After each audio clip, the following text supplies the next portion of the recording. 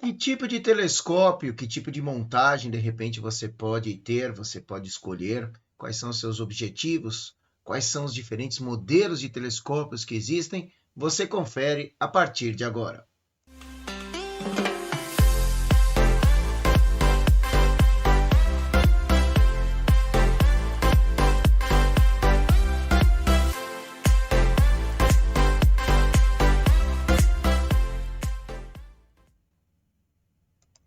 Tipos e montagens de telescópios. Isso eu quero responder para você, quero te auxiliar a você entender, às vezes poder até adquirir um tipo de telescópio. Eu sou o professor Marcos Calil, trabalho na área de astronomia, ensino, divulgação, planetários, observatórios, já faz mais de 20 e tantos anos aí, já até perdi as contas. E eu sou responsável pela área de observatórios da Urânia Planetária, onde nós desenvolvemos observatórios de acordo com as especificações do cliente, quer seja escolas, quer seja institutos federais, quer seja UTS Fazenda, quer sejam resorts, enfim, quem quiser montar um observatório na sua instituição ou ter um kit de observação, a Urânia Planetário, ela fornece esses equipamentos, mas mais do que isso também dá toda a assistência técnica, assessoria, encontros quinzenais comigo para poder propor atividades e assim vai. Se você tem interesse, de repente, em adquirir um desses equipamentos na sua instituição, você pode entrar em contato aqui, ó, @Urânia Planetário, ok? No Instagram. Mas vamos lá, vamos para o que a gente pretende falar, que é sobre os tipos de montagem de telescópios. Existem muitas, mas muitas variações mesmo no mercado.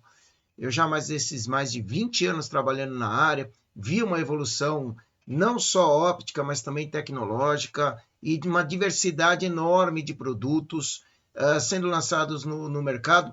E hoje as pessoas ficam realmente perdidas naquilo que interessa, né? Então aqui nesse programa aqui, nesse momento aqui, eu vou abordar para vocês aí como é que vocês podem escolher um bom telescópio, ou, na verdade, um bom telescópio é aquilo que atende à sua necessidade, né?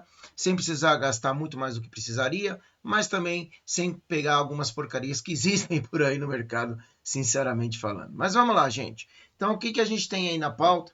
Eu vou explicar o que são os telescópios refletores e os telescópios refratores, quais são as suas diferenças, em dois pontos, aspectos que vocês devem realmente ter muita atenção, que é a abertura que a gente fala e a distância focal, para aí então ter uma formulazinha matemática bem simples, que é a razão focal, que a razão é a diferença entre um e outro.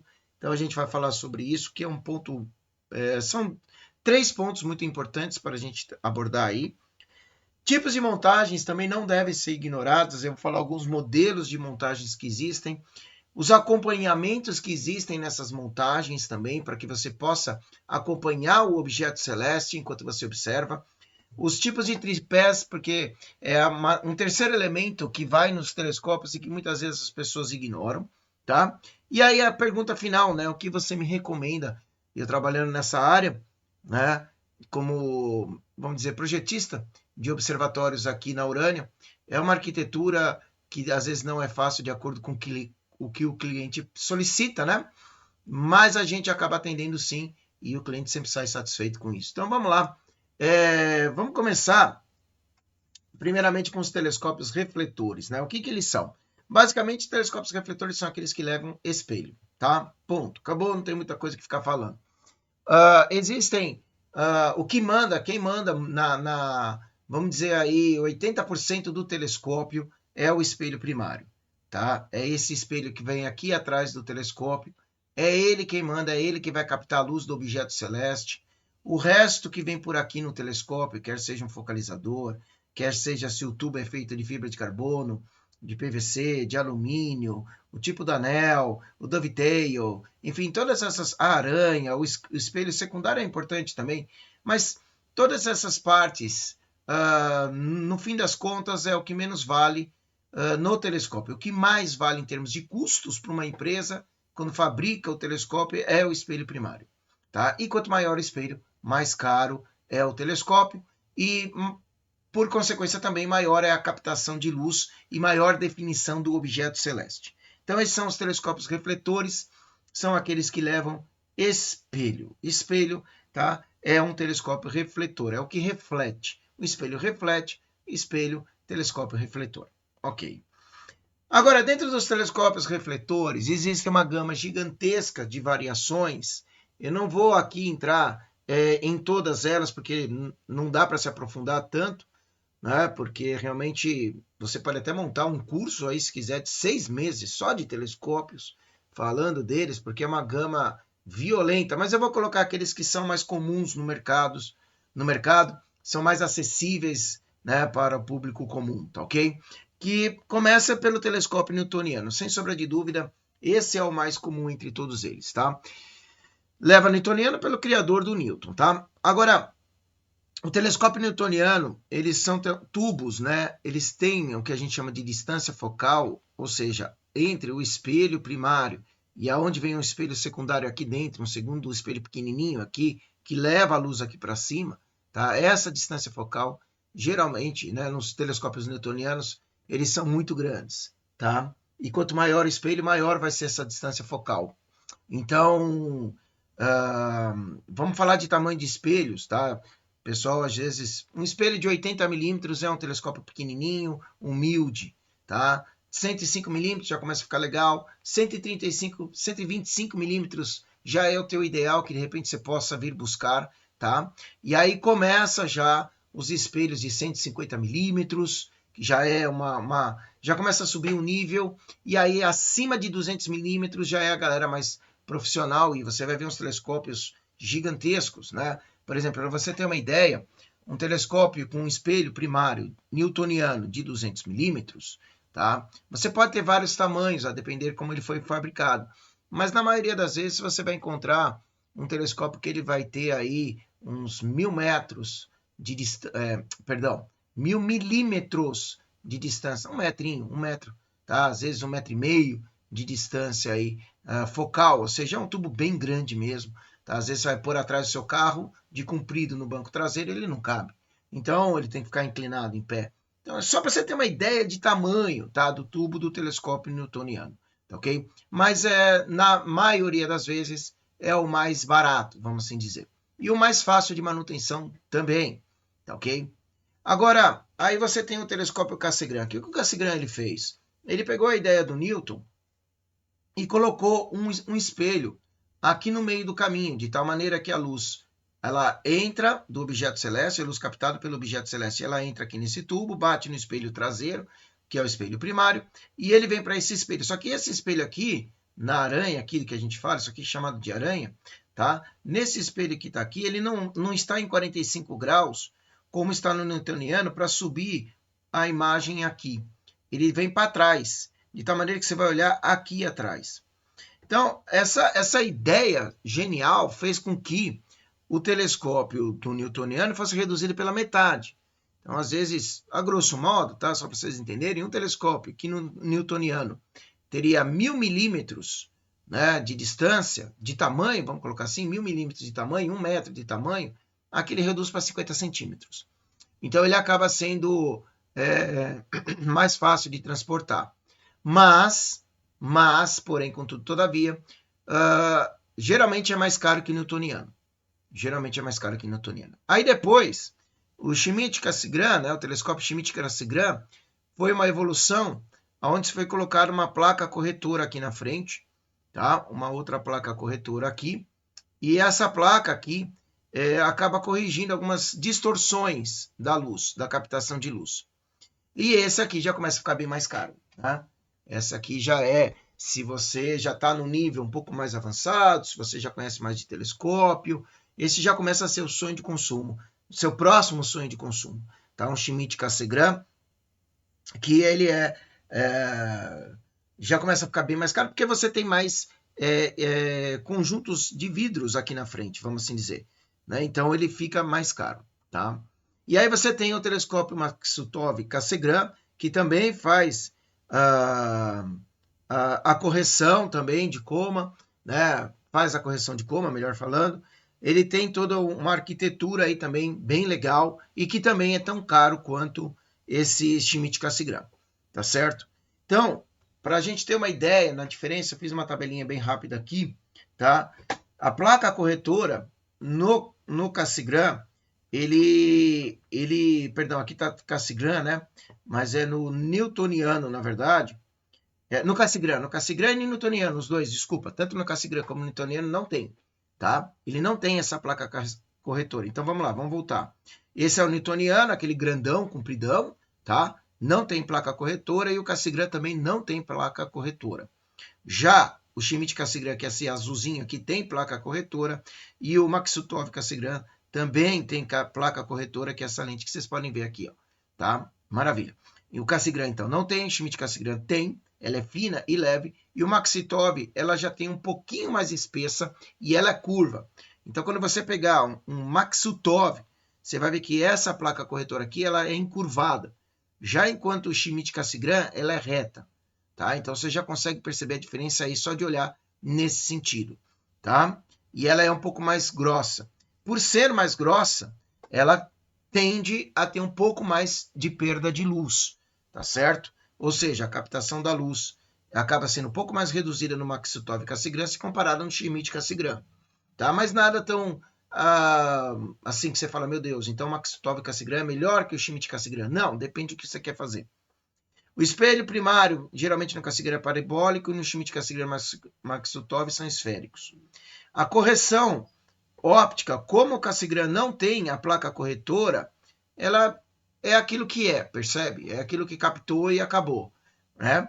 Já o Schmidt-Cassegrain, as aberrações esféricas são corrigidas. Né?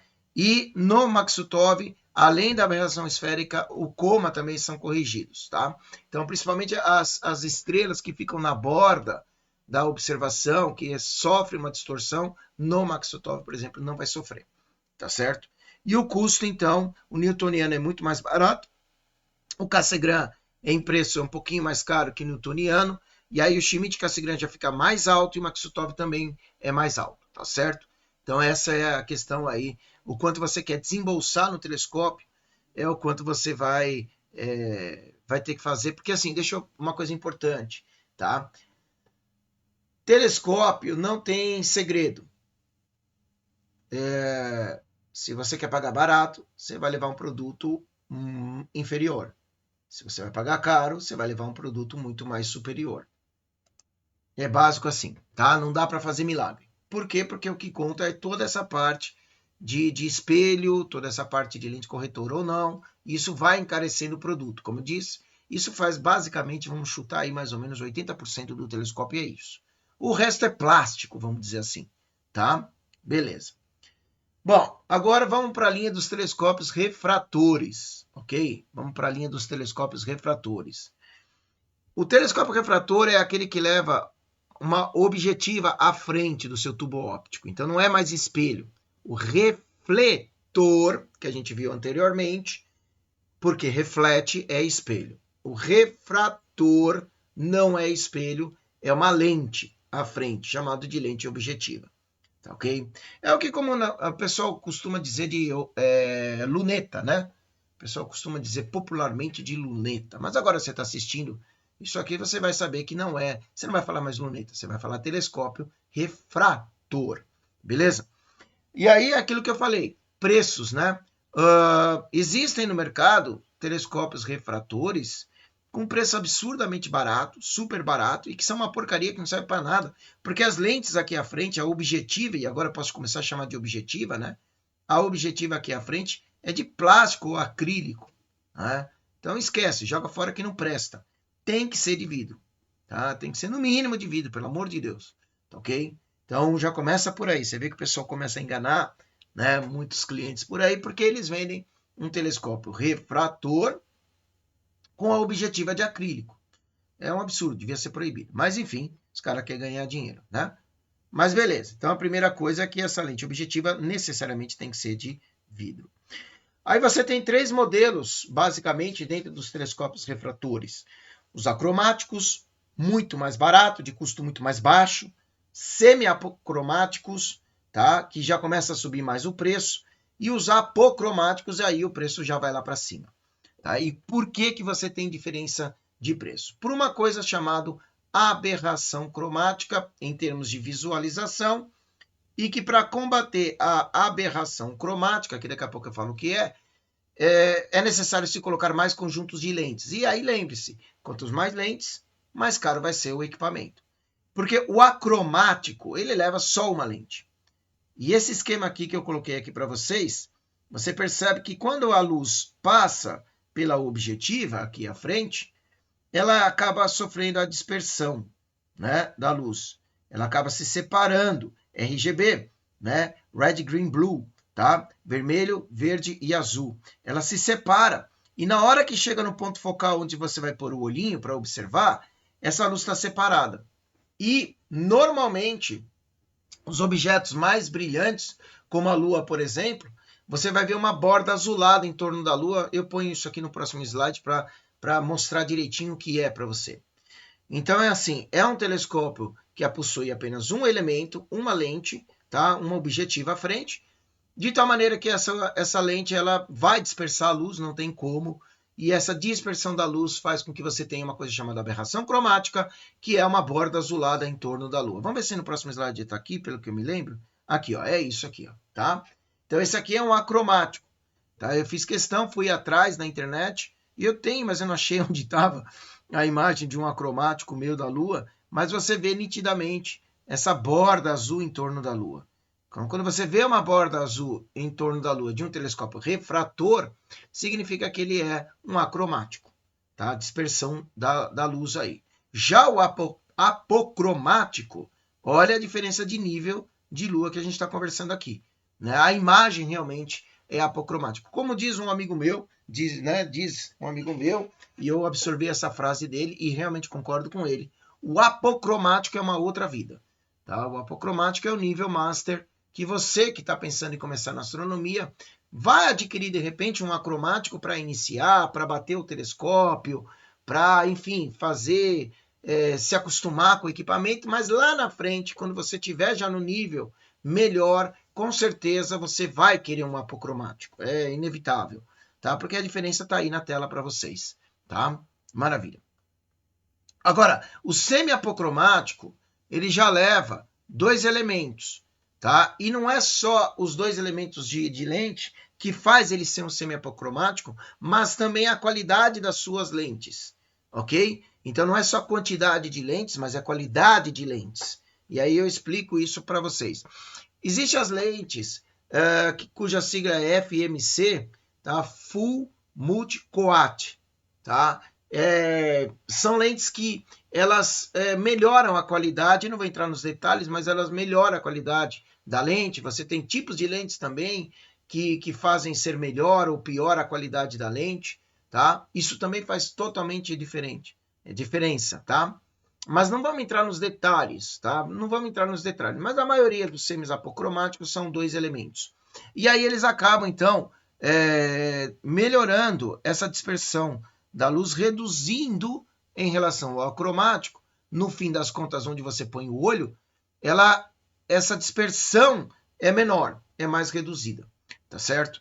Já o apocromático, que leva 3 lentes aqui, tá? E não só isso, também uma qualidade de lente muito maior, significativa, faz com que essa luz aqui, então, chegue, ela seja corrigida aqui no ponto focal, onde você vai pôr o olho, e aí você não tem mais essa dispersão da luz. Ela chega, como ela é, tá? Então, é maravilhoso, tá?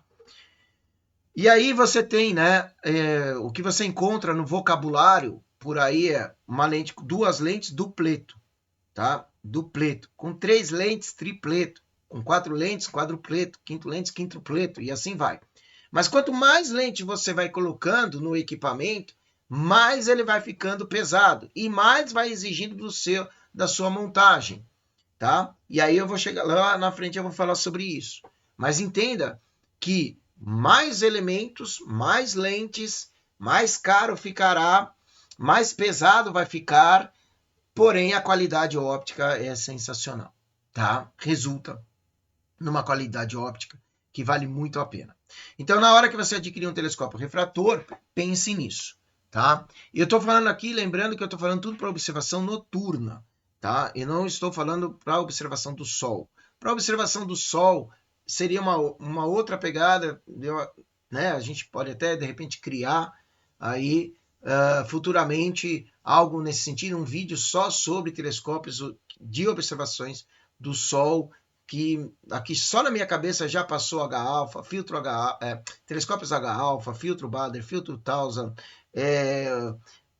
os elementos de cálcio que podem ir também, enfim, aí a gente, né, já daria muito espaço aqui. Mas vamos focar nas observações noturnas.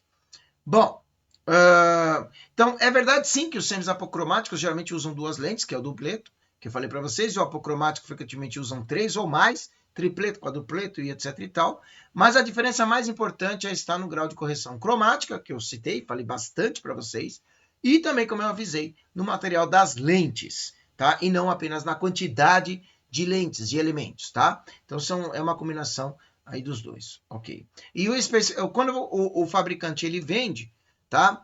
Quando ele é um telescópio acromático, ele não fala.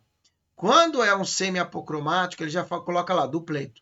Quando é um apocromático, ele fala, ok? Então, o acromático, eles geralmente, os vendedores, enfim, a galera que vende telescópio não fala, porque, lógico, não é bom, então ele não vai falar. Os semi-apocromáticos já falam, é um dupleto, tá? Semi-apo. E os apocromáticos, é lógico que eles saem divulgando por aí, porque é qualidade top de linha. E aí, geralmente, eles abreviam, coloca APO, APO, e não apocromático, ok? Então, você vai ouvir um cara falar assim, eu tenho um telescópio 80mm APO. Pô, legal. Eu tenho um telescópio 72mm APO, apocromático. Pô, telescópiozinho bom, legal, cara. Pô, legal. Eu tenho 152mm apocromático. Uau, tripleto, meu Deus. É esse que a gente tem aí no implanta, né? Sugere para os clientes do observatórios fixo, né? Dos observatórios de grande porte, de roll-off, que a gente trabalha aí com nossos clientes, tá? É o 152mm apocromático tripleto, tá? Porque aí a coisa muda de história completamente. Mas aí também o custo dele vai lá para cima, tá certo? E não é só o telescópio, mas é a montagem também que tem que aguentar esse telescópio de 15 quilos. Só o tubo óptico, né, que a gente abrevia a letra OTA, OTA, Optical Telescópio, OTA, Optic Telescope Astronomic, tá? Que é quando você fala OTA, você está falando só do tubo óptico. Então, o OTA de um apocromático 152mm tripleto é 15 quilos. Determinadas montagens mais comerciais não aguentam esse peso, como uma EQ5, por exemplo, não segura essa bronca. É muito pesado, é muito OTA, vamos assim dizer, é muito peso para um telescópio, para uma montagem só. Então tá aí, ó, a diferença entre o acromático e o apocromático.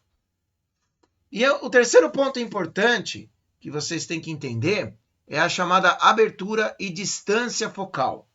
Isso é absurdamente importante, é tão importante, mas é tão importante que todos os telescópios possuem, ou deveriam possuir, porque os de menor qualidade os caras não colocam, porque é tudo... Aí é equipamento porcaria, mas a maioria dos telescópios vem gravada ou na parte frontal, né? Deixa eu ver se eu pego aqui, ó. Ou na parte frontal aqui, essas especificações que eu vou passar para você. Então, você que tem um telescópio, ou pretende adquirir um telescópio, você vai ver isso aqui, nessa parte frontal, nesse anelzinho aqui, no anel de retenção, tá? Ou você vai ter uma plaquinha colocada, posta aqui, tá? Posta aqui no telescópio, às vezes é aqui atrás, aí depende do telescópio, depende do fabricante. Mas essa informação tem que trazer cravada no telescópio. É a assinatura do telescópio, tá certo? É a assinatura do telescópio. Então, a abertura e a distância focal, que depois me resulta na razão focal, que também vem cravada nela. Algumas vezes eles colocam distância focal e razão focal, abertura e distância focal, abertura e razão focal, às vezes os três, enfim, tá? Bom, dois componentes importantes para todos os telescópios. Então, vamos lá. O que é abertura? É o tamanho do espelho ou da objetiva. Espelho para telescópio refletor, que reflete, ou objetiva para o telescópio refrator, que é aquele que tem a lente a objetiva, tá certo? Então, é assim, é uma regra bem básica, não tem segredo. Quanto maior o tamanho do espelho ou o tamanho da objetiva, mais captação de luz vai ter o seu telescópio e, por consequência, tá? Maior definição do objeto celeste. Então, muitas vezes, a gente quer pegar, sei lá, uma estrela dupla, que é observar uma alfa do Centauro que tem lá, é um sistema triplo fisicamente falando, mas ela visualmente é um sistema binário, né? Duas estrelas lá. Então, quando você olha a olho nu, a alfa do Centauro, a Higgins Centauro, né? Ou Alpha Centauri, né? Alfa com PH, mas enfim. Você olhando para aquela estrela lá, você vai falar assim, poxa, é uma estrela só, olhando a olho, vendo a olho nu. Se você pegar um telescópio de baixa qualidade, com tamanho de espelho pequeno ou objetiva pequena, você não vai ver a separação angular entre as duas estrelas, você não vai ver as duas estrelinhas. Agora, se você pegar um equipamento de maior qualidade, um equipamento com um espelho grande, com uma objetiva considerável, tá? Você já vai ver duas estrelas lá, tá certo? Então, essa é a diferença. Os anéis de Saturno, por exemplo, se você pegar um espelho muito grande, um espelho grande relativamente, né? Acima mais ou menos de 100, até não precisa ser tão grande, mas uma qualidade muito boa, 125 milímetros, por exemplo, um espelho de 125 milímetros, né? Você já vai ver a divisão de Cassini, né? Nos anéis de Saturno, ou seja, você tem um anel de Saturno, mas entre os anéis tem parece que não tem nada, parece, mas tem, mas que a luz solar são pedras tão pequenas que a luz solar, quando reflete, quando eles recebem, né, essas pedras recebem a incidência da luz solar, não conseguem refletir para chegar até aqui no planeta Terra. Então parece que tem um buraco, um sulco lá no meio, entre os anéis. É a divisão de Cassini. Se você pega um telescópio que tem um espelho muito grande, você consegue pegar isso com definição, a própria mancha vermelha, a grande mancha vermelha de Júpiter, enfim. Então, quanto maior o espelho, quanto maior a objetiva, mais definição, mais captação de luz e mais caro é o objeto, mais caro é o telescópio. Não tem segredo, tá? Aumentou o espelho, aumentou a objetiva, encareceu o produto, certo? É isso, não tem milagre. Então, visto isso, você tem então a chamada distância focal, tá? Que é a distância entre o espelho e o objetivo até o ponto onde você vai pôr o olhinho. Essa é a chamada distância focal. E daí você monta uma fórmula, né, chamada razão, porque é uma divisão, ratio, né, é a razão focal. Então você vai fazer a distância focal dividida em abertura sempre em milímetros, tá? A unidade padrão para qualquer lugar no mundo para telescópios é em milímetro, tá? E como você vai dividir milímetro por milímetro, porque a distância focal vai estar em milímetro e a abertura vai estar em milímetro, milímetro dividido por milímetro é igual a 1. Então a unidade cai fora e vira só um número puro, beleza? Então vamos lá, vamos dar um exemplo para vocês, para você entender melhor isso que eu estou falando, porque toda vez que eu assisto um curso ou alguma coisa nesse sentido, e o pessoal coloca uma fórmula, mas não exemplifica, aí complica a minha vida. Então eu gosto de exemplificar. Vamos pensar no telescópio clássico, que a maioria do sonho das pessoas ter um desse, que é um C8, né, que a gente fala. C8 é um Cassegrain, né, Cassegrain 8, né, um 8 polegadas. Os gringos, normalmente, eles apresentam em polegadas para nós. Nós temos que converter a polegada para milímetro. E aí, qualquer gulgada que você der por aí, tá? Converta 8 polegadas para milímetro. Aí, a primeira coisa que vai aparecer lá tipo não é uma calculadorazinha, mas enfim, ele já vai jogar do lado lá o valor. Então, um espelho de 8 polegadas, tá? E uma distância focal de 2.032 milímetros. Lembre-se, a gente está falando aí quase de 2 metros de telescópio, tá? E aí eu vou voltar um pouco aqui para vocês, tá? Porque assim, se fosse um telescópio newtoniano, você teria 2 metros de tubo aí, percebe? É maior assim, né? Sei lá, não sei qual é a sua altura, né? Mas para um cara ter 2 metros de altura é um jogador de basquete, né? Então, sei lá, eu tô viajando aqui. É muito grande, não cabe atrás do carro, você tem que pôr ele inclinado. Né? Não vai caber no banco de trás, dependendo do carro não vai caber. Eu tinha um Palio, eu lembro que eu levava um de 200 milímetros, ele tinha que ir tombadinho assim, né? Então, enfim. Mas aí você tem o Schmidt Cassegrain, que é desse que nós estamos falando. Eu peguei o exemplo desse telescópio, tá ok? Então esse aí, a distância focal dele é de 2 metros, mas não é que o tubo tenha 2 metros, porque você tem um corte de um espelho aqui no meio do caminho, né? Então a luz entra, a luz aqui vai entrar, bate no espelho aqui, bate em outro espelho aqui e vai para trás. Então você encurta a história aí de tal maneira que de tal maneira que você tenha aí essa redução aí, tá certo? Beleza, muito bem. Então, eu tenho um espelho de 8 polegadas. Então, primeiro passo é converter polegadas em milímetros, tá certo? Vai no Google, ele faz isso para você, 203,2 milímetros. Passo 2, aplica a fórmula. Razão focal dividido pela distância é igual distância focal dividido por abertura. Beleza, então, qual é a distância focal do seu telescópio?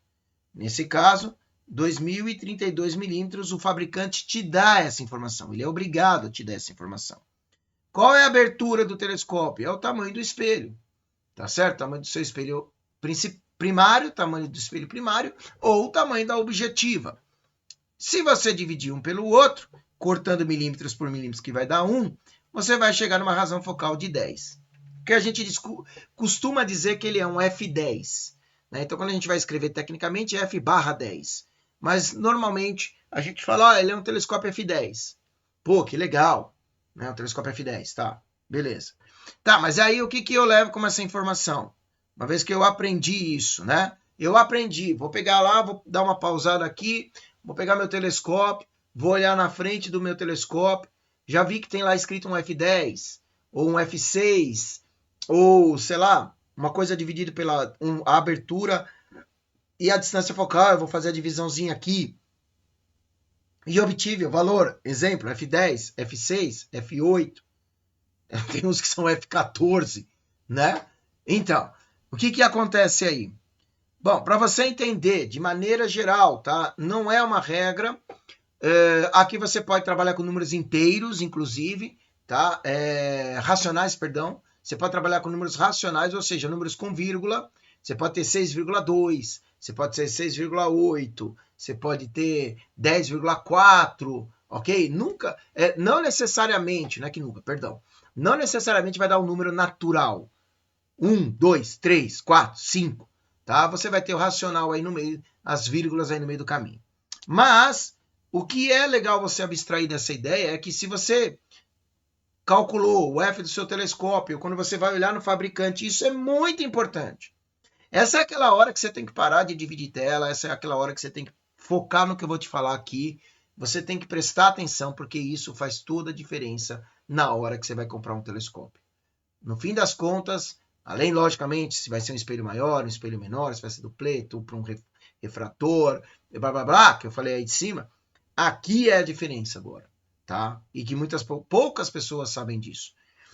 O que acontece? Quando você for realizar a divisão e achar, né, a razão focal, normalmente os telescópios f6 para baixo, f5, f4, normalmente para por aí, né, nos f4 e por aí, F4, F5, F6, e os intermediários com as vírgulazinhas no meio, tá? Eles vão te proporcionar o maior campo de visão. O que significa isso? Você vai achar com muito mais facilidade o objeto celeste do que um outro F10, por exemplo. Tá? Ele te dá um maior campo de visão e daqui a pouco eu vou mostrar isso aí para vocês, tá? O que significa isso, essa ideia do maior campo de visão, tá bom? Só que por consequência, tá? Por consequência, ele vai te dar uma menor ampliação, tá certo? Então, beleza, você tem uma facilidade de encontrar o objeto celeste. Por outro lado, você vai ter uma menor ampliação. Mas isso não é ruim, desde que você já tenha consciência que o seu objetivo é observar nebulosas, por exemplo, nebulosa de Órion, nebulosa da Lagoa, M8, né? Nebulosa de Órion M41, no catálogo de M42 no catálogo de Messier, nebulosa da Lagoa, M8, né? No catálogo de Messier, e assim vai, tá? Aglomerados estelares abertos, principalmente, tá? Aglomerados estelares abertos, Pleiades, por exemplo, né? M44, por exemplo, enfim, tá? Disco lunar. Então, muitas vezes a gente quer observar um eclipse lunar, mas aí você, dependendo do seu telescópio e da objetiva que você utiliza, você não consegue pegar o disco lunar como um todo. Você só vai ver as crateras da Lua. Não, mas eu quero ver o disco lunar porque eu quero ver o eclipse lunar, que é muito mais bonito ver a Lua como um todo. Então aí vai um F6zinho aí que é melhor, tá? Ou, aí no caso, o disco solar, se você colocar um filtro Bader à frente dele, sempre isso, pelo amor de Deus, nunca coloque o seu telescópio apontado para o Sol sem um filtro Bader à frente, um filtro Tausa, né? Cometas também, geralmente aqueles que deixam as caudas, né? Até F6 às vezes nem pega a cauda, não pega o cometa inteiro. Então, depende muito. Então, eles são telescópios para isso. Na maioria das vezes, a gente fala que o F6, F5, F4 são telescópios para objetos celestes D de dado, S de sapo, O de objeto. Significa o quê? DSOs, tá? Deep Space Objects, tá? DSOs, tá bom? Então são objetos de céu profundo, normalmente a gente fala. Já os F10, acima de F10, tá? Eles possuem um menor campo de visão, bem pequeno, bem restrito, e que é muito difícil, é mais difícil de você encontrar os objetos celestes, se comparado com o F6. Mas, em compensação, você tem uma ampliação maior. Percebe? Você tem uma ampliação bem maior. E aí os F10, F11, F12, já vi F14 sendo vendido no mercado, tá? Você às vezes encontra F14. Eles são muito direcionados para planetas, ok? Mercúrio, Vênus, Marte, Júpiter, Saturno, Urano, Netuno, ok? Então, você vê o disco do planeta, né? Um disco jupiteriano, por exemplo, muito grande. É bem legal de ver. Você vê os detalhes das faixas de Júpiter. Você vê, às vezes, aí vai depender do tamanho do seu espelho, né? Da grande mancha vermelha de Júpiter. Você consegue ver Mercúrio em fases, né? Você consegue ver Vênus em fases. Coisa que o F6 você não vai ver. É planetas para os telescópios F6, tá? Eles não são legais. Tá? Eles não são legais, tá? Você não vai ver muita coisa. Eu vou mostrar daqui a pouco para vocês. E a Lua, se você apontar um F10 para a Lua, você vai ver as crateras. Aí você vai começar a estudar a cratera de Ptolomeu, né? Sei lá, várias crateras que tem lá. Você vai estudando, tá? As crateras lá. Beleza? É para isso. Agora, você pode pegar um cara no meio termo, né? Eu aqui no observatório, tá? Eu tenho um F6, eu tenho um F10, tá? Eu tenho os dois, ok? Porque vai depender da live que a gente vai montar. Então, a depender da live que eu vou fazer, meu objetivo nessa live é mostrar a nebulosa tal. Sim, F6. Não, agora eu quero focar nos planetas, que eu quero deixar uma imagem bem legal nas lives na Urânia Planetário, lá no canal do YouTube. Quero deixar bem legal. Quero pegar Júpiter grandão. F10, eu não tenho nem dúvida. F6 não funciona, percebe? Então é isso. Tá? Agora, você não tem, de repente, dinheiro para comprar 2, 4, 5 telescópios. Ok? Você só tem um. Como assim? Quando eu comecei? Quando eu comecei foi assim. Eu só tinha dinheiro para comprar um telescópio. Né? Foi assim que comecei. Então, às vezes um intermediário. Percebe? Você pode pegar um entre F7 e F9. Veja, isso não é um valor absoluto de corte. Tá? Você tem 6.6, 6.8, tá? Mas a gente tem um parâmetro, a gente precisa ter um parâmetro. Então você vai pegar um F7 entre F6 e F9, por exemplo, entre F6 e F9, e o OTA está aí no meio, né? O tubo telescópico está aí no meio, você vai ficar no meio do caminho, ok? E aí você tem mais flexibilidade, usando quem? As objetivas, que é aquele negocinho onde você põe o olho, que hoje eu não vou falar sobre isso, porque senão isso aqui ia se estender por horas e horas, como eu te falei, é um curso de 6 meses, se quiser, né? Então você pode pôr aí, você pode trabalhar com as objetivas, onde você põe o olhinho, grande angular, objetiva comum, enfim, e também com outros elementos que, apesar de reduzir a luz captada, ainda assim servem, que é, por exemplo, você pegar um redutor focal 0,5 vezes, ou uma Barlow de 2 vezes, ou uma Barlow de 3 vezes. Então, esse F7 e F9, combinado com esses elementos que eu te citei, e não vou explicar, infelizmente, porque hoje não dá tempo, tá? Mas combinado com esses elementos, faz com que você tenha uma flexibilidade que ou ir para um f6 ou ir para um f mais do que 10, percebe? Tá? Então você pode diminuir seu campo de visão e aumentar a ampliação com uma Barlow 2 vezes. Você pode aumentar o seu campo de visão e diminuir a ampliação com redutor focal 0,5, ou seja, 1/2, diminuindo 2 vezes ele, diminuindo 2 vezes. A Barlow aumenta 2 vezes. O redutor focal 0,5 vezes, ele diminui 2 vezes. Isso significa que esse F, por exemplo, se eu tenho um F8 aqui no meio do caminho, e eu meter um redutor focal, é uma pecinha, tá? Que você põe lá na sua ocular, você rosqueia na sua ocular, o redutor focal, esse meu F8 ele vai cair para um F4. E se eu colocar uma Barlow de 2 vezes, esse meu F8 vira um F16. Tá? Então, uma pecinha aí relativamente barata, tá? Relativamente barata. A Barlow, principalmente, tem, assim, toneladas de marcas no mercado e que funcionam legais, desde a mais simples até a mais avançada, acromáticas, apocromáticas, marcas mais simples, mais baratinhas, marcas de altíssima qualidade. Mas agora, o redutor focal é mais difícil, tá? Redutor focal, não, assim, o mercado é mais restrito para redutor focal, para você diminuir a imagem, ele é mais restrito e não são todos os redutores focais que funcionam, que estão aí no mercado. Tá? Eu já peguei duas marcas aqui pela Urânia, nós já testamos 2 marcas pela Urânia, compramos propositalmente, olhamos no fórum que o pessoal reclama que não funciona, mas nós compramos e jogamos fora, porque não serve. Tá? Então a gente tem uma marca aqui na Urânia que a gente não abre mão dela, tá? Do redutor focal. É caro, mas a gente não abre a mão dela porque realmente funciona. Tá? Beleza. Deixa eu mostrar para vocês aqui o que eu estava falando, né? Sobre essa questão do redutor focal, que para vocês entenderem aí sobre essa questão aí, tá? Então vamos lá. Então tá aqui. Essa é uma ferramenta disponível na internet, chama-se Astronomy Tools, ok? Você pode facilmente encontrar por aí. E eu vou colocar aqui para vocês, tá?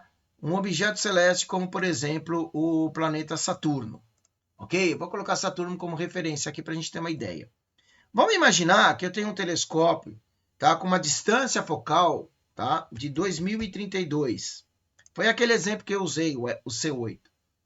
E a abertura dele, o tamanho do espelho dele, primário, é 203. Então, 2032 dividido por 203, eu vou ter uma razão focal de 10. Percebe? Uma razão focal aqui 10. Muito bem. Então, como é que eu vou ver Júpiter naquele telescópio C8 com F, sendo ele F10? Esse é o importante. Distância focal 10, no F10. Então, vamos lá como é que fica Júpiter. Veja, numa ocular de 28 milímetros, tá? Normalmente, eu vou colocar a ocular que normalmente vem nos telescópios, que é de 25 milímetros, 56 graus de visão, tá? Então, eu vou ver Júpiter assim. Poxa, mas muito pequeno, hein, professor Júpiter? Né? Não gostei. Calma. Muito bem. Agora, esse mesmo telescópio aqui, em vez de usar eu tenho 2 opções. Ou usar uma ocular de 25 milímetros, ou usar de 10 milímetros, que também normalmente vem neles. Tá? Que também normalmente vem neles. Normalmente vem 2 oculares, uma de 25 milímetros, outra de 10 milímetros. A que estão disponíveis aí no mercado.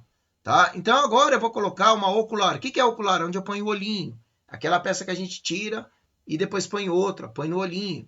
Tá? De 10. Tá? A distância focal não se alterou, porque não tem nada a ver com a distância focal. Tá? Quem manda não é a ocular, né? Mas é a distância focal e o tamanho do seu espelho, ou objetiva. E agora olha o que vai acontecer aqui. Deixa eu reduzir um pouco mais para caber na tela para vocês. Olha o que vai acontecer aqui. Olha como é que é. E aí vocês começam a entender que eu estou falando de campo de visão e ampliação. Enquanto eu usava uma ocular de 25 milímetros, meu campo de visão era esse aqui, muito maior e mais fácil de achar o objeto celeste. Em compensação, ampliação pequena. Agora eu vou tirar. Eu joguei uma de 10 milímetros aqui, é a verdinha. Campo de visão menor e olha a ampliação. 1, 2, 3 e já. Aí a brincadeira ficou diferente. Percebe? Eu ampliei mais o objeto. Mas agora eu vou fazer a mesma brincadeira, ao invés de usar um C8, tá? Que tem uma distância focal de 10, eu vou usar um telescópiozinho que ele tem uma distância focal de 480 e uma abertura de 80, também muito comum aí no mercado, tá? Que ele tem uma distância focal de 6, ok? Ele tem uma distância focal 6 aqui embaixo, beleza? Então eu saí daquele de distância focal de 10 e agora eu tenho um telescópio com distância focal de 6. Lembra, o 10 é para planetas. Você mergulha na Lua, você vai ver as crateras da Lua. Já o 6, nebulosa, aglomerado estelar, e não serve para planeta, é muito ruim. E eu vou te mostrar o porquê, tá? Se você colocar aqui, ó, presta atenção, aqui, ó, 1, 2 e já, olha lá. Essa circunferência aqui, maior, é o F6. Um campo de visão gigantesco, porém uma ampliação minúscula, pífima. Tá? E o C8, aquele lá, F10, está aqui, ó. Um campo de visão menor, mas uma ampliação muito legal. Olha lá. Então, vou tirar ele. Olha como é que ficou Saturno na sua tela. Percebe? Ele não é para planetas. Não é. Ah, mas eu quero usar uma ocular de 6 milímetros. Tá bom. Você usar uma ocular de 6 milímetros. Você reduziu a ocular, teve que comprar. Reduziu ela porque é de 6 milímetros. Não vem nos telescópios na maioria das vezes. Você teve que comprar e vai tacar ainda uma Barlow de 2 vezes. Você vai ampliar uma Barlow de 2 vezes. Você vai duplicar. Olha o que ele virou. Ele virou um F12. Percebe? Você duplicou a distância focal dele. Né? A razão focal. Né? A razão focal. Ele virou um F12. E olha o que vai acontecer agora. Ó. Vamos lá. Agora ele virou um F12. Opa! Olha lá que interessante. Aí você já começa a ver Saturno um pouco maior. Mas você chegou no seu extremo do telescópio, quase no extremo. Você tem uma ocularzinha de 4 milímetros, mas não é tão comum. Tá? Já vi até de 1,8 milímetros oculares, já. Mas não é no mercado. Assim, então, assim, você, né? Beleza, chegou nesse cara aí. Por isso que eu falo, tá? O F7 até F9 tá no meio do caminho, você pega um cara que você consegue pegar os dois lados, desde que você tenha uma Barlow e um redutor focal. Aí você tá bem. Percebe? Tá? Então é uma combinação, tá vendo? É esse o meu trabalho quando um cliente me solicita, né, para a Urânia, quando o cliente solicita para a Urânia a compra de um observatório ou as escolas solicitam a compra de telescópios, além de todos os serviços que nós prestamos, né, de assessoria pós-venda, né, atualizações de softwares, enfim, e outras coisas mais que vai no pacote. Não é só vender telescópio. Aqui na Urânia a gente não é só vender telescópio. Vamos dizer que o telescópio ele é uma parte integrante de toda uma cadeia que começa desde a nossa consultoria até o pós-venda, que continua com os serviços, tá ok? Então, é essa. Atrelado às câmeras. Não só a visual, mas também atrelado a fazer astrofotografia ou astrovídeo, para que sejam publicados em redes sociais, Instagram, fazer lives, etc e tal. Tá? Então são duas coisas aí que eu sempre analiso antes de enviar para o cliente, de acordo com seus objetivos. Né? E todo o treinamento de equipe também que a gente dá. Né? Existe todo um treinamento de equipe aí em cima. Não é só já toma o telescópio e tchau. Não, a gente dá um treinamento. Tá? Maravilha. Então, acho que deu para entender muito a diferença entre o F6, um F10, como é que fica o objeto celeste no fim das contas, tá? Só para vocês entenderem, tá bom? Só para vocês entenderem, eu vou pegar a M42 como referência, que é a mais bonitinha de todos, que todo mundo gosta, que é a nebulosa de Órion, tá? E eu vou usar um F6, tá? Vou usar um telescópio F6 para a nebulosa de Órion. Percebe que um F6 na nebulosa de Órion, usando uma ocular de 6 milímetros, não serve. Eu mergulhei na nebulosa. Eu vou usar aquela ocular que normalmente eles trazem no telescópio, que é 25 milímetros. Tá aí, ó. Então, um F6 com uma ocular de 25 milímetros, que normalmente vem nesses telescópios, eu estou olhando toda a nebulosa de Órion, que fica próxima das Três Marias, tá? M42. Linda, ela é linda. É um dos primeiros objetos celestes que a galera se impressiona quando começa a ir para os objetos de céu profundo. Agora eu vou pegar um C8, tá? Eu vou pegar aquele que é destinado para planetas. Beleza, ó. Percebe que 10. Com a mesma ocular, eu mudei só, eu joguei agora para F10. Saí de um F6 e joguei para F10. Tá? Saí de um F6 e joguei para F10. Vamos ver o que acontece? Olha lá. Você mergulha na nebulosa. Percebe? Essa circunferência branca aqui é do F10. A circunferência maior é do F6. E eu vou tirar o F6 agora. Olha lá. Você está com o F10. É sem graça. Literalmente, é sem graça. Porque você não vê os detalhes, você não vê ela inteira. Você mergulha. E a mesma coisa acontece na Lua. Você não vai ver, a não ser que você queira estudar as crateras da Lua com o F10. Aí beleza. Tá? Você quer ver o disco lunar? Lá para o F6. Tá? Então, basicamente, é assim que funciona. Muito bem. Visto isso, dado isso como exemplo, vamos para a próxima parte, que é o tipos de montagens.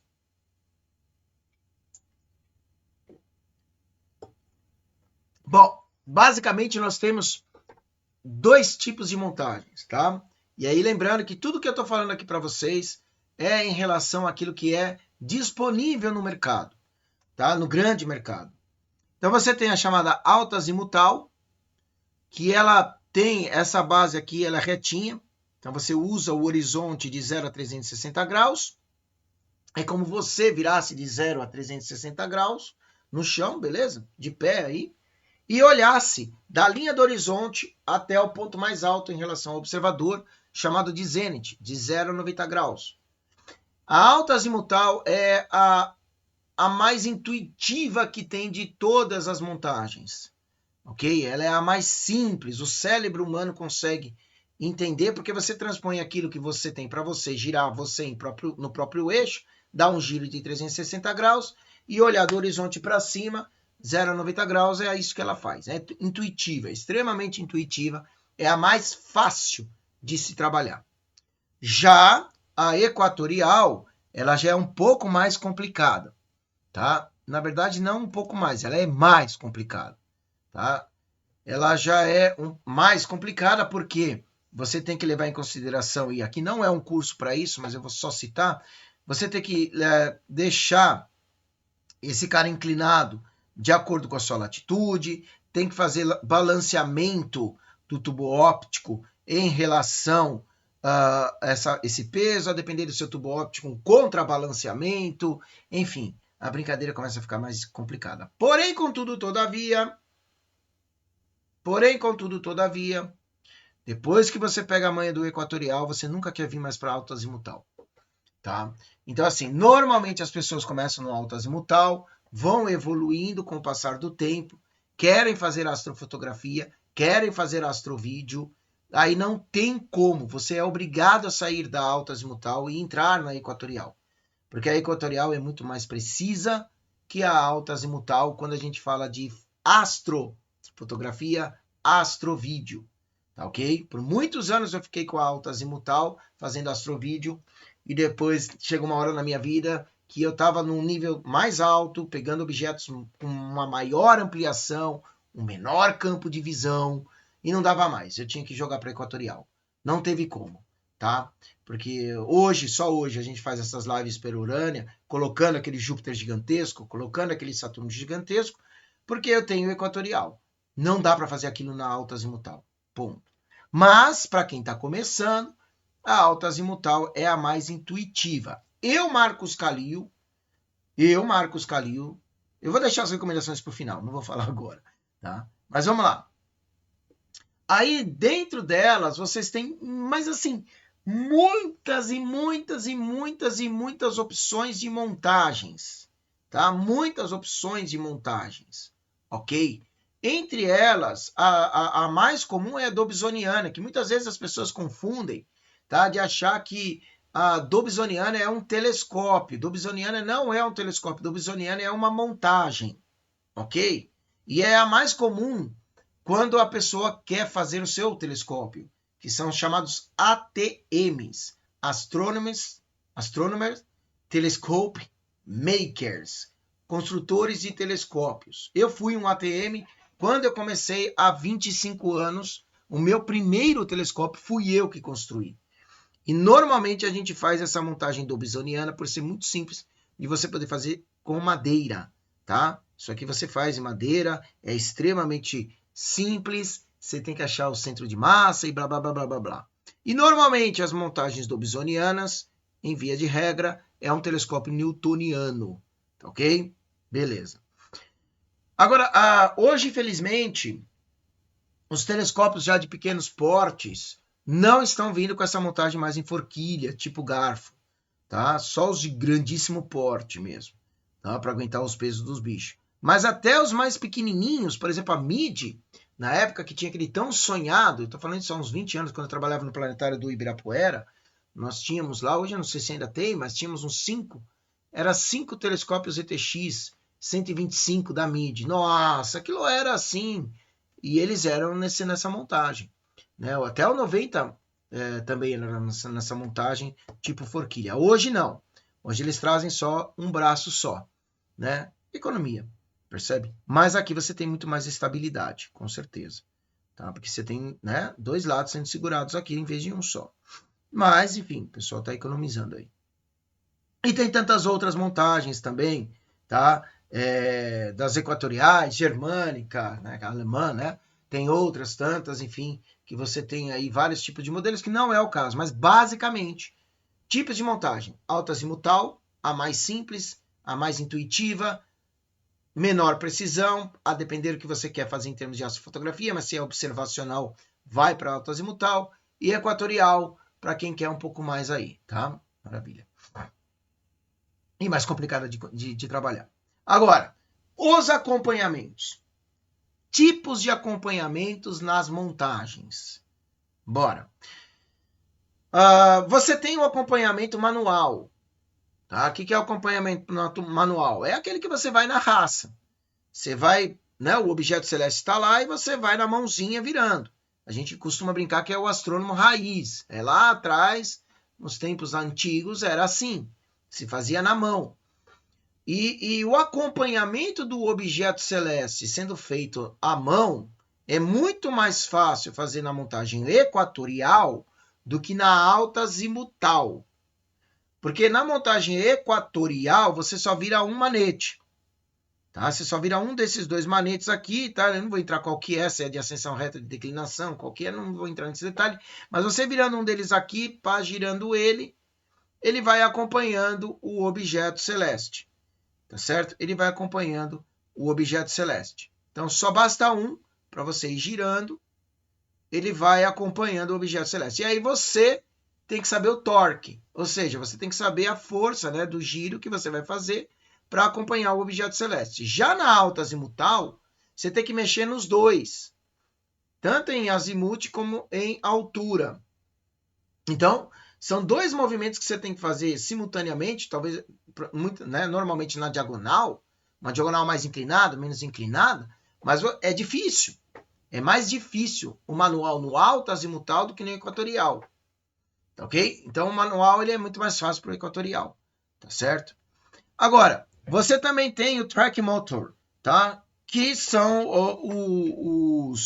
os motorzinhos que são encaixados, que em via de regra, na grande maioria, eles são dedicados para montagens equatoriais também, tá certo? Então, um motor já faz já resolve o problema do equatorial.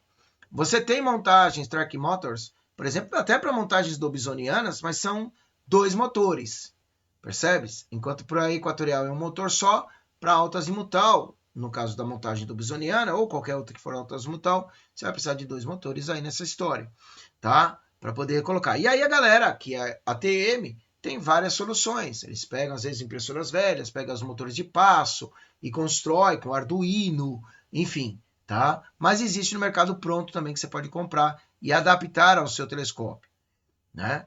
E em outra análise, você tem o Go-To, chama do que quiser, tá? Cada marca chama. AutoStar, Cinscan, Go-To, AutoStar, não interessa. O que a gente costuma normalmente falar é Go-To, Go-To, tá? Vai para. Né? Aqui eu coloquei junto, mas é separado. Vai para, tá? que é um computadorzinho embutido nele, que você aperta o botão e ele vai para. Né? Ele busca. Quer dizer, você, uma vez que você alinha o seu telescópio, quer seja ele alto-azimutal ou equatorial, tá? Não importa, você alinhou o seu telescópio, geralmente com 2 estrelas, que a gente costuma fazer, tá? Você aperta o botão, ele vai buscar Saturno. Ah, legal, tô vendo Saturno. Agora vai buscar Júpiter. Ele vai buscar Júpiter. Ah, vai buscar, sei lá, M31. Vai lá buscar a galáxia de Andrômeda. Ele vai lá buscar a galáxia de Andrômeda. Tá certo? Ele busca automaticamente sozinho. E aí você já vê que a questão de preço, né? É lógico. O manual você não vai pôr motor, você não vai pagar. Aqui tem, né? Você não vai pagar. Aqui tem um motorzinho aqui, tá? Essa capinha geralmente preta aqui tem a entrada do motor aqui, mas normalmente elas não têm. Então aqui, ó, você não vai pagar nada, beleza? É a montagem como é a montagem. Já o Track Motor você compra separado e monta, ele já vem junto. Já vai um custo a mais. E esse cara aqui vai outro custo a mais, bem a mais, certo? Bem a mais, tá? Eu não coloquei aqui, né? Incrivelmente eu não coloquei, mas tem uma montagem que a gente faz via computador também, que é os observatórios fixos da Urânio, que a gente trabalha com OnStep. É outra pegada, é outro tipo de acompanhamento. E muito absurda, mas absurdamente mais preciso do que esse aqui. Tá? Absurdamente. Porque, principalmente quem quer fazer astrofotografia ou astrovídeo, quando usam desse cara aqui, eles têm que ter um guide scope em cima e uma outra câmerazinha que vai fazendo aí o acompanhamento, enquanto a outra câmera no telescópio vai tirando a foto, tá certo? E muita gente me pergunta isso, qual é a câmera que você está usando no guide scope? Eu não estou usando nenhuma, porque eu uso um step. Um step dispensa isso, tá? Essa segunda câmera, tá? Em via de regra, tá? Então, assim, é outro nível, é outra vida. One Step, depois que eu entrei nele, não volto mais para esse tipo de montagem, a não ser se for umas montagens mais simplificadas, como os kits para as escolas que a gente envia, né? Para não encarecer o produto demasiadamente, porque não é só o One Step, mas é toda a tecnologia de computacional embarcada, conhecimento e tal. Então a gente normalmente aí já manda o GoTo. Que desses GoTo, inclusive, galerinha, já faz um tempo para cá, você tem o Air, que ele é o wireless, né? Então você, por via tablet, por via celular, é o hand control, que é esse cara aqui, esse aqui é o hand control, ele é dispensado e você pode, pelo aplicativo do celular, controlar o seu telescópio, tá? Então, o hand control, ele já está caindo em desuso. A galera já não está usando mais. Eu tenho o hand control como backup, né? Como backup numa montagem simples que eu tenho, tá? Então, eu tenho ele como backup. Mas na maioria, eu uso celular e o celular costuma ser mais preciso, o aplicativo do celular costuma ser mais preciso do que o hand control e mais fácil de manusear, tá? Então, o hand control meio que ele está caindo. É uma pecinha que você compra, você coloca no telescópio e ele vai comunicar seu telescópio com o seu celular baixando o aplicativo. Tá? Você vê que o custo sobe. Muito bem.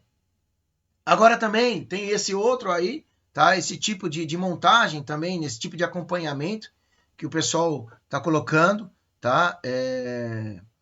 Que ela é absurdamente muito mais cara. É a mais cara de todas aí praticamente que estão vindo, inclusive não aguentando o payload tão acima. O que é um payload? O peso do telescópio.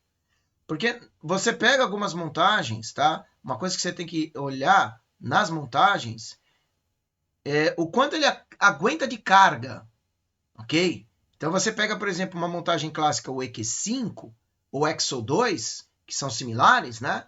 Eles aguentam aí até 10 quilos. Mas a gente nunca pode tocar 10 quilos de telescópio, câmera, em cima da montagem, porque você vai estar trabalhando no limite dele. Então, o pessoal geralmente fala 50%. Eu trabalho com 70% disso. 7 quilos, tal, aguenta. Depende muito da qualidade da montagem, da engrenagem, se ela de latão, se ela é de bronze, se ela é de plástico, sacou? Então, dependendo, por isso que eu acabo colocando até 8, às vezes 7, porque a gente conhece os equipamentos que a gente compra dentro deles, inclusive, tá? As engrenagens dele, o material do que é feito. Então, aí suporta.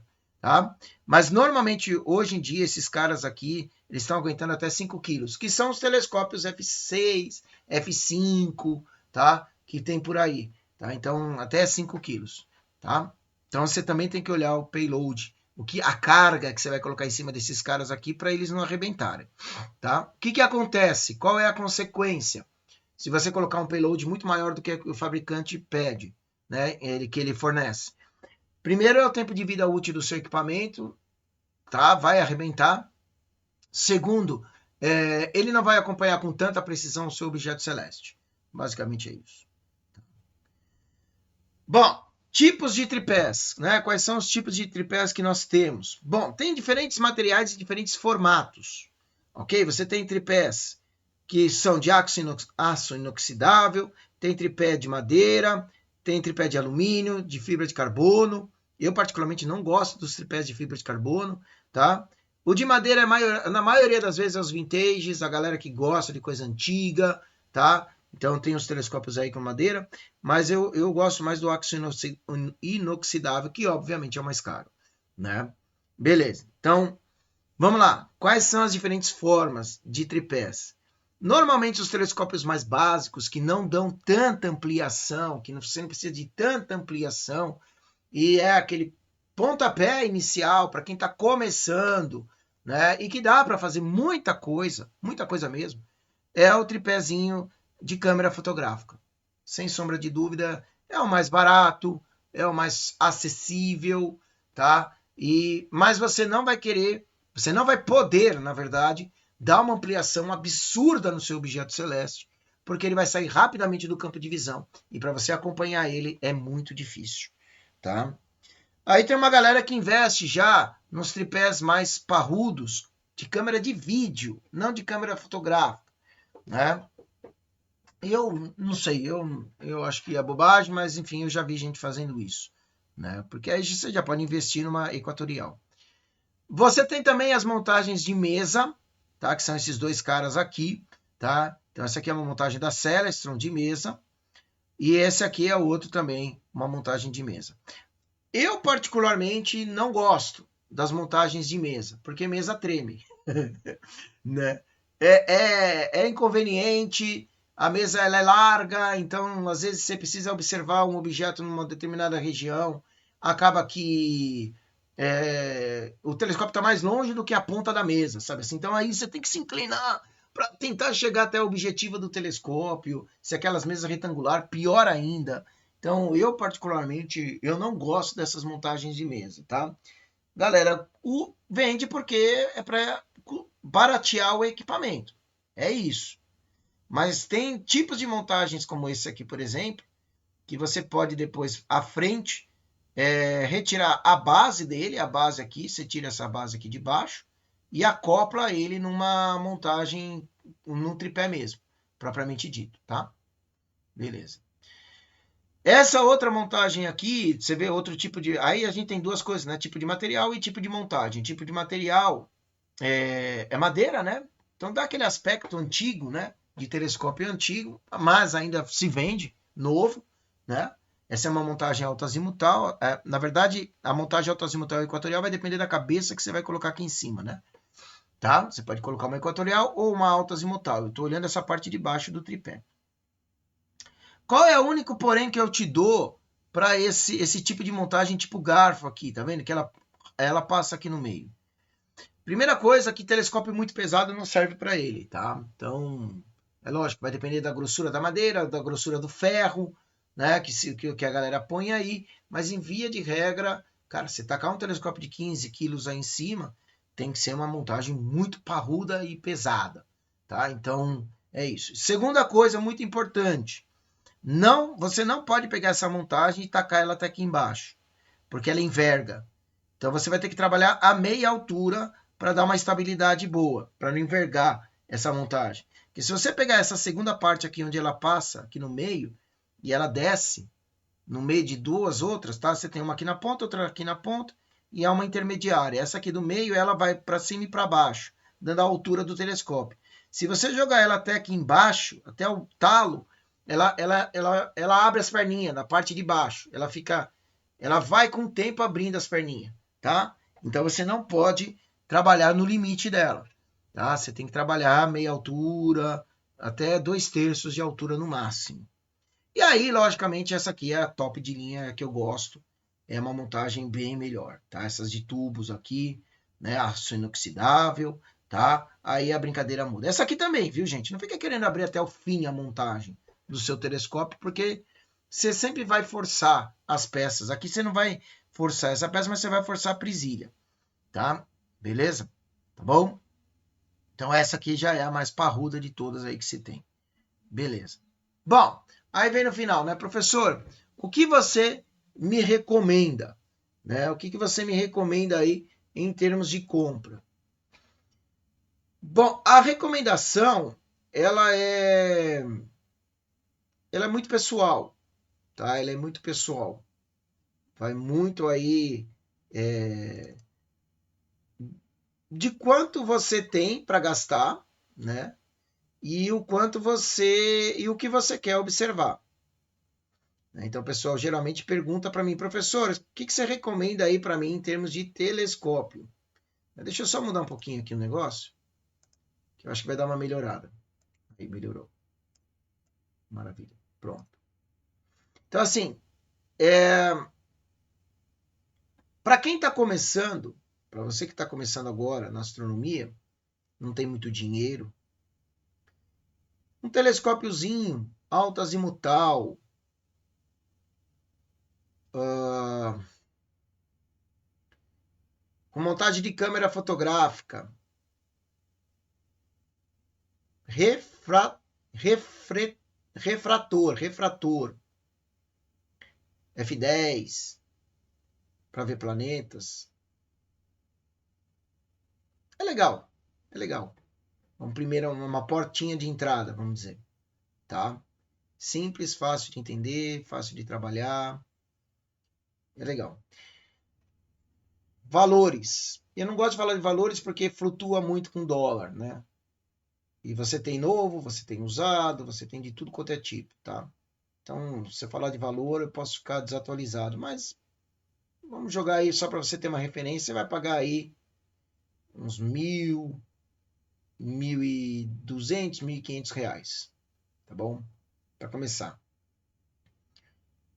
Ah, professor, mas eu vi no shopping um telescópio de R$ 200 e ele aumenta 500 vezes. Tá, joga no lixo, não serve para nada.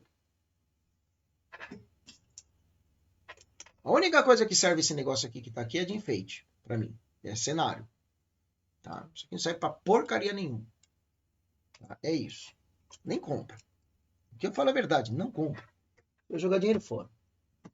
Tá? Vai ficar frustrado e, inclusive, a pessoa até desanima, quer parar de fazer astronomia. Agora, você é daquele que gosta de estudar, gosta de assistir vídeo no YouTube, gosta de se aprofundar.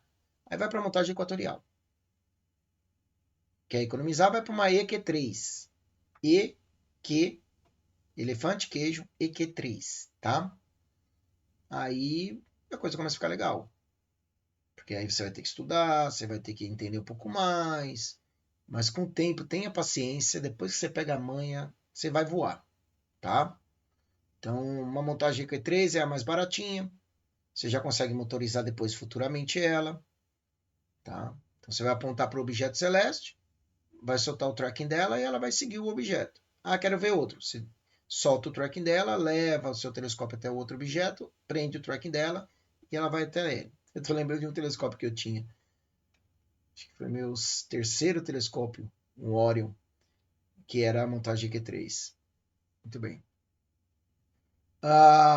O tubo óptico. Aí nesse EQ3, por exemplo, você já começa a colocar um newtoniano. Percebe? Já joga um newtonianozinho nele. Talvez de. Você tem grana, vai para no EQ3 150 mm até aguenta. Mas não é tão recomendado. Você vai pegar uns 125 mm newtoniano, tá? Com EQ3, tá bom? Agora, você já tem um pouco mais de grana, quer investir, aí é o que todo mundo faz, EQ5 ou EXO2. Aí você vai, você quer motorizar, tem um motor, por exemplo, da Skywatcher, que é muito top. Aí na EQ5 você consegue jogar um newtoniano de 200 milímetros, por exemplo. Nossa, aquele preto da Skywatcher, é um telescópio pretinho da Skywatcher, 200 milímetros, numa montagem EQ5, e você joga aí uma motorizaçãozinha dela, mesmo que um tracking, não precisa ser um Outstar, ou não necessariamente um on-step, nossa, você vai voar. Eu fiz muita coisa com ele, já, em outros tempos, quando eu trabalhava em outro local lá, enfim. Então, assim, valores, reserva aí, por exemplo, você encontra usados na ordem de 2.000, com tracking, um F10, uma montagem equatorialzinha, básica, tá? É por aí. Agora é aquilo que eu falo para vocês, tá? Para a gente terminar aí e encerrar a live. A live não, perdão. É vício, né? Para ensinar aí o programa. O nosso trabalho, né? Aqui, quando eu fui contratado aqui para a Urânia, na grande verdade, né, não foi só para ficar fazendo as lives, mas para projetar observatórios. É um novo segmento da Urânia, não tão novo, mas né, a gente já está mais trabalhando isso há mais de um ano, tá? Que o nosso trabalho o meu trabalho é esse, com uma equipe, nós temos uma equipe, então o nosso trabalho, tá? O nosso trabalho é esse, pegar e arquitetar, né? Tem um arquiteto envolvido, tem um engenheiro envolvido, tem uma pessoa aí na área de softwares e automação e TI envolvida, tá? Então, é uma equipe toda aí. E aí a gente fez tem 3 produtos para instituições de grande porte, que são os roll-offs, são 2 telescópios. A priori a gente oferece 2 telescópios, né? O Skywatcher 152 milímetros, numa montagem que não é tradicional, não tem, você não vai encontrar tão fácil aqui, fora do mercado, você tem que montar ela, enfim. E um Lunt H-alpha, né? Telescópio solar de 132 milímetros. E toda a arquitetura externa. Estação meteorológica, 6 câmeras para captura de meteoros, tudo automatizado, você controla a distância, câmeras que são para monitorar o observatório, focalizadores eletrônicos, rodas de filtros eletrônicas, câmeras de alto gabarito, da ZWO, né, as pros da vida, enfim, tá? Então, tudo one-step, Brasil, softwares, trabalha com Nina, e tudo isso a gente dá assessoria, treinamento para a equipe, para que vai adquirir, a gente acompanha e durante muito tempo, né, enquanto tiver a parceria. Então não é só vender o observatório, dar toda a assistência técnica, né? E para as escolas também, né, porque aí a coisa ficou grande, né, porque aí acaba vindo as instituições, universidades federais, universidades particulares, hotéis fazenda, resorts, coisas assim. Aí a gente tem para as escolas, né? Que também serve para as instituições quando elas assim não têm, serve para hotel fazenda também, serve para se quer um custo menor. Então tem os kits para as escolas, são 2 telescópios, é um quadrupleto, 72 milímetros, apocromático, e um Lunt 40 milímetros, que é o H-alpha só para o Sol. Uma câmerazinha, um notebook, um tablet, tudo controlado via Wi-Fi. Tá certo? E ele já é móvel, então tem que montar lá no pátio da escola, tem que montar em outro lugar. Então dá essa flexibilidade para o professor. De novo, dá um treinamento, vai uma equipe pessoalmente lá também, se for necessário. Então, encontros quinzenais que a gente faz sobre sugestões de atividades. Então, vamos agora, olha, tal dia vai ter, sei lá, ocultação da estrela espica pela Lua, ou o Sol está na sua máxima atividade solar, vamos jogar isso aí no Instagram, vamos jogar isso aí vamos fazer uma live, como é que se mexe no OBS, enfim, tem todo um treinamento. E um terceiro produto também, que não está aí, que é um pouco mais simples, bem mais simples, que são para as escolas que às vezes não tem muito como investir, mas quer ter um telescópio na sua escola, que a gente também dá junto. E com isso, sempre agregado o serviço. tá? Nunca é venda de telescópio só. A gente nunca vende só telescópio. A gente vende o serviço, da qual agrega ao o produto. Então, o nosso diferencial é esse, tá? O nosso diferencial é esse. Não é vender o telescópio, valeu, e se vira. Não, é vender o telescópio e dar treinamento.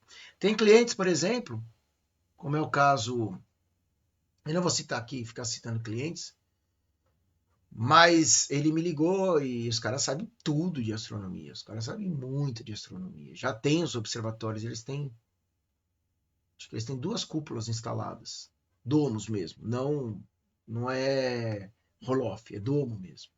2 cúpulas instaladas, mas eles estão precisando trocar os equipamentos. São equipamentos muito antigos.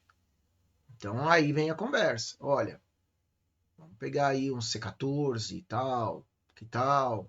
Sabem colimar? Não, a gente sabe colimar, fica tranquilo, a gente sabe colimar espelho. Ah, então vai, manda bala. Até quando vocês podem pagar? Posso pagar isso. Então você consegue? Consigo. Aí a gente tem uma equipe que vai atrás, tá? Porque a gente tem uma equipe de compras aí que os caras são muito férias. Absurdo, absurdo. E a gente traz para o Brasil, porque isso você não encontra no Brasil. Então é isso, tá? Bom, espero que você tenha gostado, espero que você tenha entendido, e que isso sirva de auxílio para você aí na hora que você for trabalhar com seus equipamentos ópticos, com seus telescópios, e que saiba tomar decisões importantes. E conte conosco. Aqui, ó, @Urânia Planetário no Instagram. Só manda uma mensagem lá no inbox. Quero adquirir toda a gama de serviços e compra de telescópios da Urânia. Vocês podem nos ajudar. É para isso que nós estamos aqui. Tá? Esse é o meu trabalho, é o trabalho da nossa equipe toda para isso. Tá bom? Desejo bons céus para todos nós e até a próxima. Valeu!